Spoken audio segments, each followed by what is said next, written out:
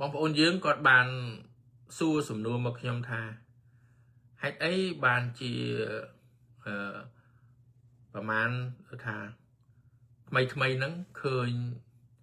លោកបណ្ឌិតមួយនោះណាដែលគាត់នៅអូស្ត្រាលីហ្នឹងវាយប្រហារថ្នាក់ដឹកនាំវាយប្រហារប្រមុខដឹកនាំកម្ពុជាខ្លាំងណាស់បាទហាក់ដូចជាគាត់នឹងមានគំនុំគុំគួនពីណាមកអីចឹងណាបាទចំពោះខ្ញុំថាមកពីយើងមកពីបងប្អូនយើងទាំងអស់គ្នាទៅចាប់អារម្មណ៍កាលណាពេលយើងចាប់អារម្មណ៍ធ្វើឲ្យបុគ្គលនឹងមានតម្លៃបើសិនជាយើងកុំចាប់អារម្មណ៍និយាយទៅយើងកុំខ្ចីឆ្លើយឆ្លងយើងកុំខ្ចីយកមកផុសតអញ្ចឹងទៅបុគ្គលនឹងមិនមានតម្លៃទេបាទអញ្ចឹងដើម្បីបន្សាបនៅការនិយាយរបស់បុគ្គលនឹងយើងទាំងអស់គ្នានឹងគួរតែឃើញលុបចោលទៅបើបងប្អូនឃើញគឺលុបចោលទៅអញ្ចឹងมันមានអ្នកណាឲ្យតម្លៃតទៅទៀតអញ្ចឹងទៅក៏សាបហើយកាលណាយើងយកមកឆ្លើយឆ្លងជាមួយណាធ្វើឲ្យបុគ្គលនឹងកាន់តែមានតម្លៃបាទជឿទៅខ្ញុំមកបងប្អូនកាលណាយើងស្ដាប់ម្ដងពីរដងឃើញថាបុគ្គលនឹងនិយាយដោយមិនឆ្លុះបញ្ចាំងការពិតយើងកុំតាមដានតទៅទៀតនៅពេលដែលយើងឈប់តាមដានតទៅទៀតអាហ្នឹងវាកាន់តែសាបទៅហើយតែបើសិនជាយើងយកមកស្ដាប់ហើយយើងឆ្លើយឆ្លងប្រៀបដូចជាយើងឲ្យតម្លៃទៅគេអញ្ចឹងបាទឲ្យតម្លៃទៅណាអញ្ចឹងដើម្បីបន្សាបនៅសកម្មភាពដែលនិយាយមិនឆ្លុះបញ្ចាំងការពិតគឺយើងឃើញលុបចោលទៅចប់ហើយបាទអានឹងជាគំនិតរបស់ខ្ញុំបងប្អូនណាបាទមួយវិញទៀតបងប្អូនយើងគាត់ស្នើឲ្យខ្ញុំនឹងជួយបញ្យលបាទអ្នកដែលដាក់ស្នើមកខ្ញុំនឹងគឺសមាជិកគណៈបកដែលភ្លើងទៀនសមាជិកគណៈបកភ្លើងទៀនដែលខ្ញុំធ្លាប់ស្គាល់ពួកគាត់ចឹងទៅគាត់សួរមកខ្ញុំថាឃើញប្រតិកម្មពីលោករងឈុនឃើញប្រតិកម្មពីមេដឹកនាំគណៈបកអីកម្លាំងជាតិអញ្ចឹងសូមជួយឲ្យគំនិតយោបល់បាទអញ្ចឹងខ្ញុំការពិតជារឿងផ្ទៃក្នុងរបស់គណៈបកគេទេប៉ុន្តែគាត់ស្នើសុំអញ្ចឹងហើយគាត់ស្គាល់យើងហើយគាត់ស្នើសុំអញ្ចឹងខ្ញុំលើកឡើងជាចំណុចខ្លះបញ្យលហើយដើម្បីឲ្យពួកគាត់បានឃើញបានឮហើយយកទៅពិចារណាណាគណៈបកកម្លាំងជាតិយោងតាមមតិរបស់អ្នកគាំទ្របកកម្លាំងជាតិចំពោះគណៈបកភ្លើងទៀនពួកយើងអាចនិយាយគ្នាបានពីព្រោះគណៈបកកម្លាំងជាតិបង្កើតចេញពីគណៈបកភ្លើងទៀនដែរហ្នឹងអត្ថន័យដែលគណៈបកកម្លាំងជាតិហ្នឹងគេនិយាយពាក្យហ្នឹងលើកលែងតែគណៈបកឆន្ទៈខ្មែរមួយប៉ុណ្ណោះដែលបកឆន្ទៈខ្មែរធ្លាប់សាងកំហុសជាប្រវត្តិសាស្ត្រមានន័យថាគណៈបក2គណៈបកភ្លើងទៀនគណៈបកកម្លាំងជាតិនឹងថាគេអាចជជែកបានព្រោះធ្លាប់ជាអតីតកាលគណៈបករួមគ្នាប៉ុន្តែគណៈបកមួយទៀតដែលឈ្មោះថាឆន្ទៈរាសហ្នឹងសំទោសឆន្ទៈខ្មែរហ្នឹងមិនអាចនិយាយគ្នាបានទេព្រោះធ្លាប់សាងនៅកំហុសជាប្រវត្តិសាស្ត្រជំរាបសួរលោកហេងណាបាទបងប្អូនណាអញ្ចឹងគេមាន 3-4 ចំណុចខ្ញុំសូមអានថាចាំខ្ញុំឆ្លើយតបបងប្អូនណាទី1ក្រុមអ្នកដឹកនាំគណៈបកឆន្ទៈខ្មែរបានចេញសុំសិទ្ធិធ្វើនយោបាយនេះគឺជាការក្បត់នឹងឆន្ទៈរាស្ត្រទី2ការបង្កើតគណៈបកនយោបាយចូលរួមបោះឆ្នោតទាំងដែលប្រជាជនកំពុងធ្វើពហិការមិនចូលរួមក្នុងការបោះឆ្នោតណានឹង2ចំណុចណា3គណៈបកឆន្ទៈខ្មែរបានចូលរួមក្រុមប្រឹក្សាពិគ្រោះនិងផ្ដល់យោបល់ជាមួយរដ្ឋាភិបាលបងប្អូនណាដូច្នេះយោងទៅតាមហេតុផលទាំង3ខាងលើគ គណៈបច្ឆន្ទៈខ្មែរមិនគួរឲ្យទុកចិត្តសម្រាប់ការបោះឆ្នោតជាបន្តបន្ទាប់នឹងជំហរនយោបាយមិនច្បាស់លាស់ដែលជាតំណាងឲ្យឆន្ទៈប្រជាពលរដ្ឋខ្មែរបានឡើយបងប្អូនឃើញទេទី1ក្រុមអ្នកដឹកនាំគណៈនៃគណៈបកនៃកម្លាំងជាតិហ្នឹងគេចោទប្រកាន់ថាគណៈបកឆន្ទៈខ្មែរហ្នឹងទី1សុំសិទ្ធិធ្វើនយោបាយនេះគឺជាការក្បត់ឆន្ទៈរាស្ត្របងប្អូនចង់និយាយឆ្លើយតបទៅក្រុមនឹងវិញខ្លួនតាំងខ្លួនថាជាអ្នកប្រជាធិបតេយ្យតាំងខ្លួនថាជាអ្នកស្រឡាញ់យុត្តិធម៌តាំងខ្លួនថាខ្លួនជាអ្នកគោរពសិទ្ធិសេរីភាពអ្នកដទៃប៉ុន្តែគ្រាន់តែចេញមកព្រឹបបិទសិទ្ធិគេមួយភ្លាមគឺបិទនៅពេលដែលខ្លួនឯងជាបុគ្គលខ្លួនឯងជាក្រុមផ្សេងយល់ឃើញថាការទៅសុំសិទ្ធិធ្វើនយោបាយគឺជាកំហុសក្បត់នឹងឆន្ទៈរាស្ត្រខ្លួនឯងទៅគិតមិនមែនរាស្ត្រគិតទេខ្លួនឯងគិតអញ្ចឹងក្នុងកលៈទេសៈនោះអ្នកណាដែលទៅសុំសិទ្ធិធ្វើនយោបាយថាធ្វើខុសនេះជាកំហុសប្រវត្តិសាស្ត្រទៀតទី2គេថាគណៈបកនយោបាយនឹងចូលរួមការបោះឆ្នោតដែលប្រជាជនកំពុងធ្វើពហិការអត់ចូលបោះឆ្នោតបងប្អូនស្ដាប់ឲ្យច្បាស់គណៈបកនឹងគណៈបកឆន្ទៈខ្មែរនឹងបានចូលរួមធ្វើការបោះឆ្នោតដែលប្រជាជនគាត់ចង់និយាយប្រជាជននឹងអ្នកណាអ្នកគ្រប់គ្រងបកគាត់ឬក៏ប្រជាជនពេញផ្ទៃប្រទេសបើគ្រាន់តែជាអ្នកគ្រប់គ្រងបកគាត់នោះមិនអាចនិយាយពាក្យថាប្រជាជនបានទេគ្រាន់តែនិយាយថាសមាជិកគ្រប់គ្រងបកគាត់ឬក៏ប្រជាជនដែលគ្រប់គ្រងបកគាត់ចុះសួរថាគណៈបកឆន្ទៈខ្មែរនឹងមានសមាជិកគ្រប់គ្រងទេមានប្រជាជនដែលគ្រប់គ្រងបកគាត់ទេមានអញ្ចឹងបើគណៈបកឆន្ទៈខ្មែរនឹងមិនធ្វើតាមមិនចូលរួមក្នុងការបោះឆ្នោតមិនខុសនឹងអ្នកគ្រប់គ្រងពួកគាត់ទេមិនខុសនឹងសម្លេងប្រជាជនដែលបោះឆ្នោតឲ្យគាត់ទេអញ្ចឹងគាត់នៅក្បត់ឆន្ទៈរាស្ត្រដដែលហ្នឹងហើយដែលខ្ញុំនិយាយប្រាប់បងប្អូនថាម៉េចតាំងខ្លួនថាជាអ្នកត្រឹមត្រូវតាំងខ្លួនថាជាអ្នកផ្សះផ្សាជាតិតាំងខ្លួនថាជាអ្នកស្រឡាញ់ប្រជាធិបតេយ្យតាំងខ្លួនថាអ្នកគោរពសិទ្ធិអ្នកដទៃតែទីបញ្ចប់ផ្ដាច់ការបងប្អូនឃើញទេផ្ដាច់ការហើយអត់ទាំងយល់នៃខ្លួនផងគណៈបកឆន្ទៈខ្មែរហ្នឹងគេមានអ្នកគ្រប់គ្រងរបស់គេគណៈបកកម្លាំងជាតិហ្នឹងគាត់មានអ្នកគ្រប់គ្រងរបស់គាត់អញ្ចឹងអ្នកគ្រប់គ្រងរបស់គាត់ហ្នឹងអត់ពេញចិត្តនឹងគណៈបកឆន្ទៈខ្មែរអត់ពេញចិត្តត្រូវហើយព្រោះមិនមែនគណៈបកខ្លួនឯងផងប៉ុន្តែគណៈបកឆន្ទៈខ្មែរនេះគេមានអ្នកគ្រប់គ្រងរបស់គេអញ្ចឹងអ្នកគ្រប់គ្រងគេនឹងគ្រប់គ្រងឲ្យមានទៅការចូលរួមការបោះឆ្នោតរឿងអីខុសក្រុមខ្លួនឯងអត់ពេញចិត្តការចូលរួមជាសិទ្ធិរបស់ក្រុមខ្លួនឯងតែมันអាចវិនិច្ឆ័យថាបកដែលគេចូលរួមការបោះឆ្នោតនោះគឺជាបកដែលមានកំហុសទេអញ្ចឹងចូលដល់ទី3គណៈបកឆន្ទៈខ្មែរបានចូលរួមក្រុមប្រឹក្សាពិគ្រោះយោបល់ជាមួយរដ្ឋាភិបាលដូច្នេះយោងតាមហេតុផលទាំង3ខាងលើគណៈបកឆន្ទៈខ្មែរមិនគួរទុកចិត្តសម្រាប់ការបោះឆ្នោតបន្តបន្ទាប់នឹងជំហរនយោបាយច្បាស់លាស់ដែលជាតំណាងឲ្យឆន្ទៈប្រជាពលរដ្ឋទេខុសទៀតទី3គណៈបកឆន្ទៈខ្មែរនឹងបានធ្លាប់ចូលរួមនៅក្នុងក្រុមប្រឹក្សាពិគ្រោះយោបល់ជាមួយនឹងរដ្ឋាភិបាលក្រុមរបស់ខ្លួនដែលទូចនេះមិនពេញចិត្តរួចហើយចោទថាគេធ្វើខុស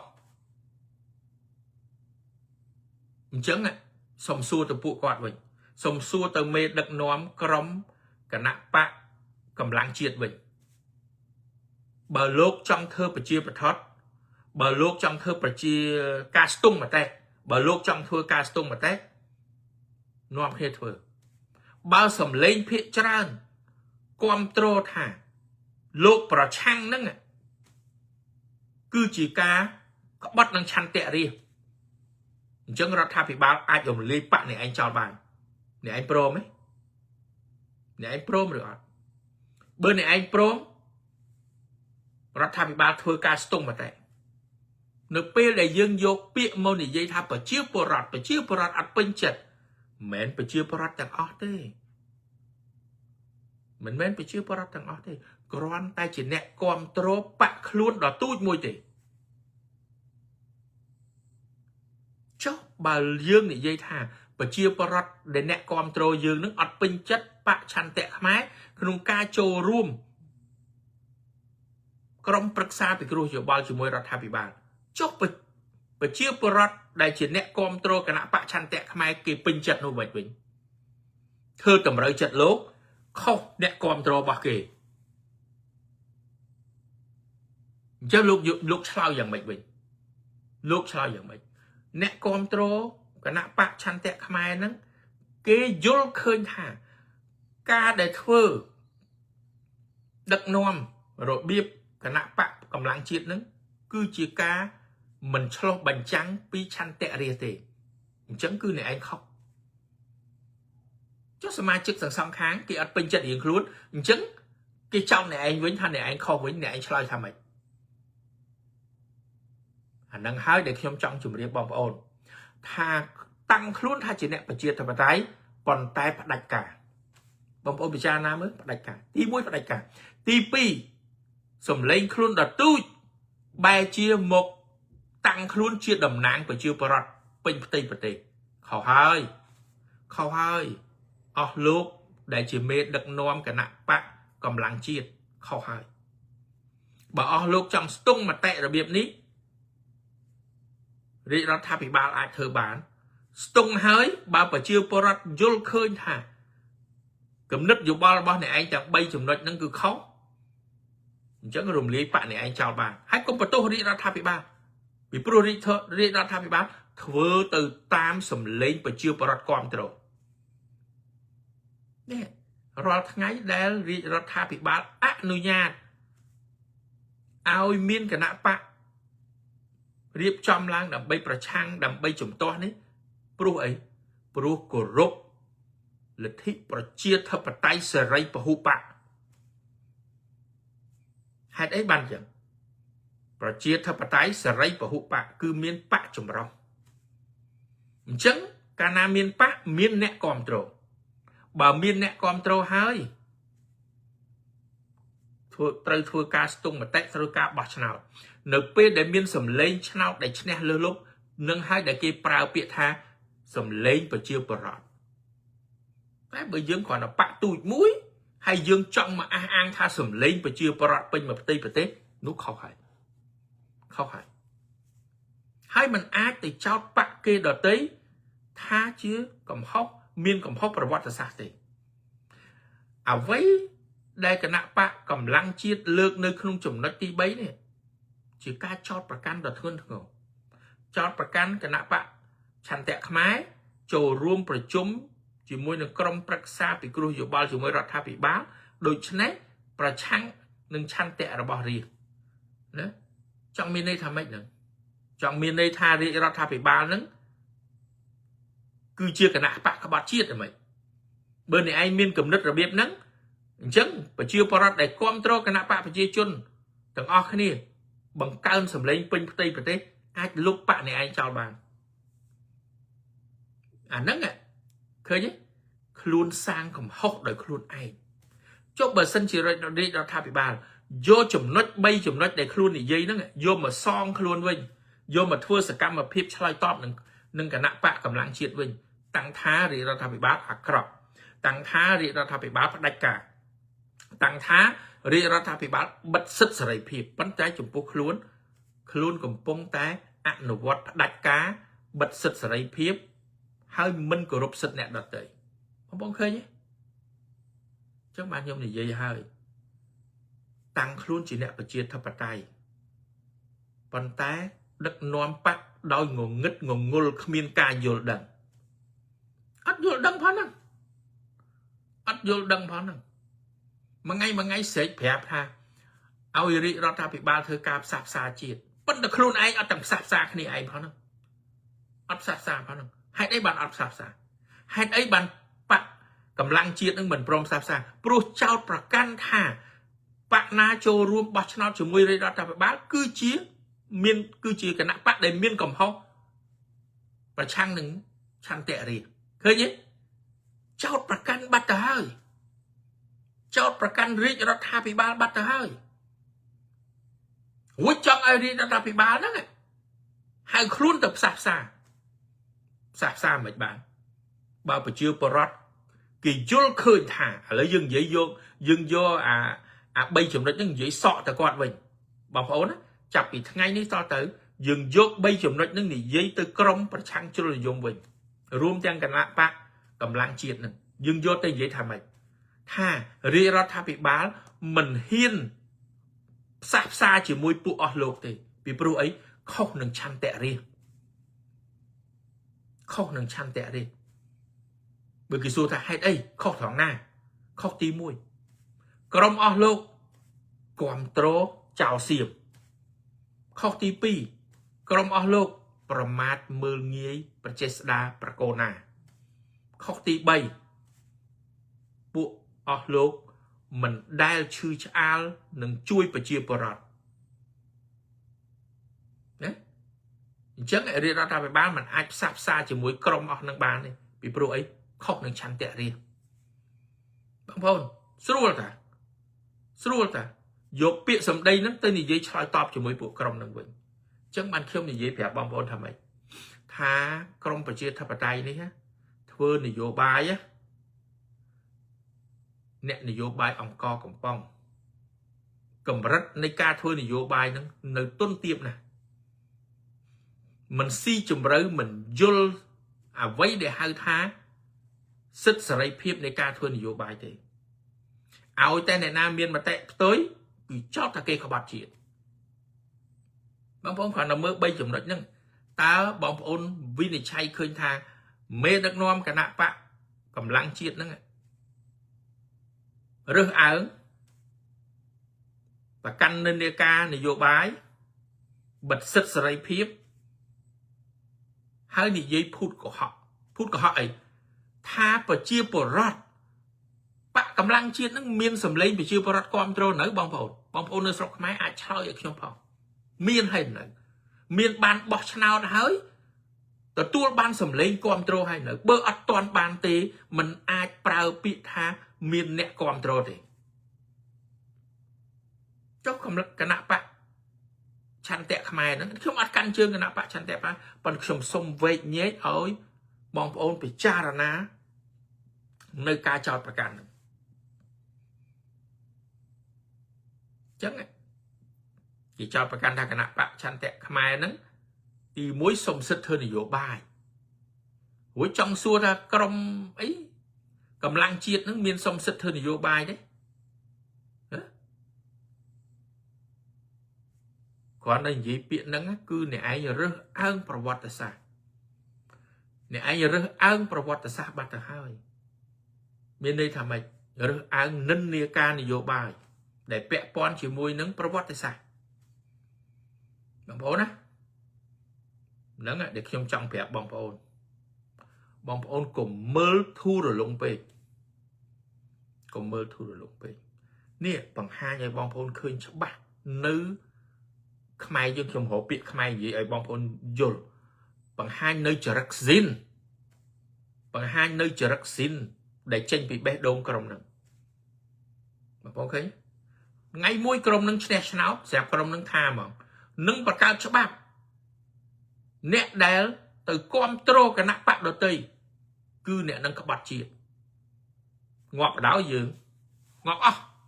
ពេញមន្តគរងាប់ខ្ទេចបងប្អូនឃើញទេអ្នកដែលទៅសុំសិទ្ធិធ្វើនយោបាយខុសក្បត់នឹងឆន្ទៈរាជ អ្នកដែលទៅគ្រប់គ្រងក្រុមប្រឹក្សាពិគ្រោះយោបល់ក៏បាត់នឹងឆន្ទៈរាអ្នកចូលរួមបោះឆ្នោតក៏បាត់នឹងឆន្ទៈរាបងប្អូនហើយអញ្ចឹងបងប្អូនជួយស្រាវជ្រាវមានឋានៈដឹកនាំណាខ្លះនៅក្នុងគណៈបកកម្លាំងជាតិនឹងដែលសុំសិទ្ធិធ្វើនយោបាយបើសិនជាដឹកហើយគួរតែដេញចេញបាទខ្ញុំអត់ត្រូវឈឺក្បាលអីមកលូកលាន់ក្នុងបកហ្នឹងទេប៉ុន្តែខ្ញុំចង់វែកញែកឲ្យបងប្អូនយល់អំពីចរិតនយោបាយដែលអ្នកដឹកនាំហ្នឹងមិនយល់អ្វីដែលហៅថាប្រជាធិបតេយ្យផងហើយនៅមានមុខមានមាត់មកស្រែករិះគន់រាជរដ្ឋាភិបាលបងប្អូនឃើញទេចឹងណាបងប្អូនណាក្រុមអង្គរកំប៉ុងកុំចាប់អារម្មណ៍ដូចខ្ញុំជម្រាបបងប្អូនចឹងគ្មានតម្លៃទេខ្ញុំដឹងថាខ្ញុំនិយាយគេខឹងខ្ញុំដឹងថាខ្ញុំនិយាយទៅគេនឹង report page ខ្ញុំប៉ុន្តែអ្នកឯងជាមនុស្សកំសាកសកម្មភាពអ្នកឯងដែលព្យាយាមបិទ page ខ្ញុំនេះគឺជាសកម្មភាពមនុស្សកំសាកអ្នកឯងគ្រាន់បើចេញមកវែកញែកទៅដល់ខ្ញុំទៅអ្នកឯងថាខុសឆន្ទៈរាជប្រមាណអ្នកដែលគ្រប់គ្រងអ្នកឯងតែបើរាជរដ្ឋាភិបាលប្រើឆន្ទៈរាជបិទបាក់អ្នកឯងរាជរដ្ឋាភិបាលធ្វើបានពីព្រោះសម្លេងបោះឆ្នោតឲ្យគណៈបកប្រជាជនភ្លុកទឹកភ្លុកដីដែលអាចយកសម្លេងជាភាគច្រើនហ្នឹងមកបិទបាក់អ្នកឯងបានហើយចាប់ពីថ្ងៃនេះតទៅរក្សាពាក្យសម្ដីដែលគេនិយាយនេះទុកជាផុសតាងបងប្អូនរក្សាទុកពីព្រោះអីអ្នកដែលចេញគំនិតយោបល់នេះខួរក្បាលរែកបាទ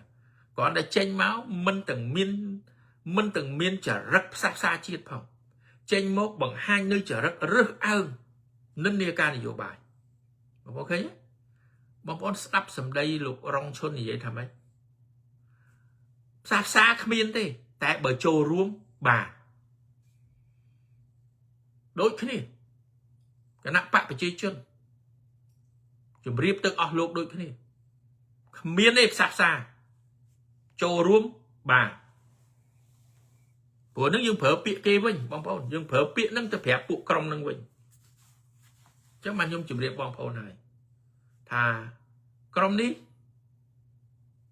តាំងខ្លួនថាអ្នកប្រជាធិបតេយ្យប៉ុន្តែអនុវត្តការងារគឺផ្ដាច់ការជាប្រមាថព្រួតគ្នាធ្វើបាបគេ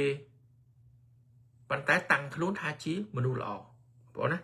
អញ្ចឹងខ្ញុំបកស្រាយប៉ុណ្ណឹងល្មមបងប្អូនយល់ហើយខ្ញុំជឿអ្នកគ្រប់គ្រងគណៈបកហ្នឹងប្រកាសជាជេរខ្ញុំហើយប៉ុន្តែអ្នកឯងយក3ចំណុចដែលមេអ្នកឯងទៅសេហ្នឹងយកទៅមើលទៅបាទយកទៅមើលហើយវិនិច្ឆ័យទៅបងប្អូនអញ្ចឹងប៉ុណ្្នឹងចុះបងប្អូនខ្ញុំមិននិយាយវែងឆ្ងាយទៅទៀតទេបាទអញ្ចឹងខ្ញុំសូមបន្តទៅប្រធានបទថ្មីទៀតបាទបងប្អូនប្រហែលថ្ងៃមុននេះយើងឃើញហើយអ្នកនាំពាក្យក្រសួងមហាផ្ទៃគឺបានមានប្រសាសន៍ហើយថាយើងបានអញ្ជើញក្រុមអនុព័ន្ធយោធាណាអន្តរជាតិទៅពិនិត្យនៅតំបន់អូស្មាច់ខេត្តឧត្តរមានជ័យហើយពេលនោះម៉ោងប្រហែលជា10:35នាទីព្រឹកទៅដល់ម៉ោង11:09នាទីបាទមិនទាន់ដល់ពេលថ្ងៃត្រង់ទេនៅថ្ងៃទី29ហ្នឹង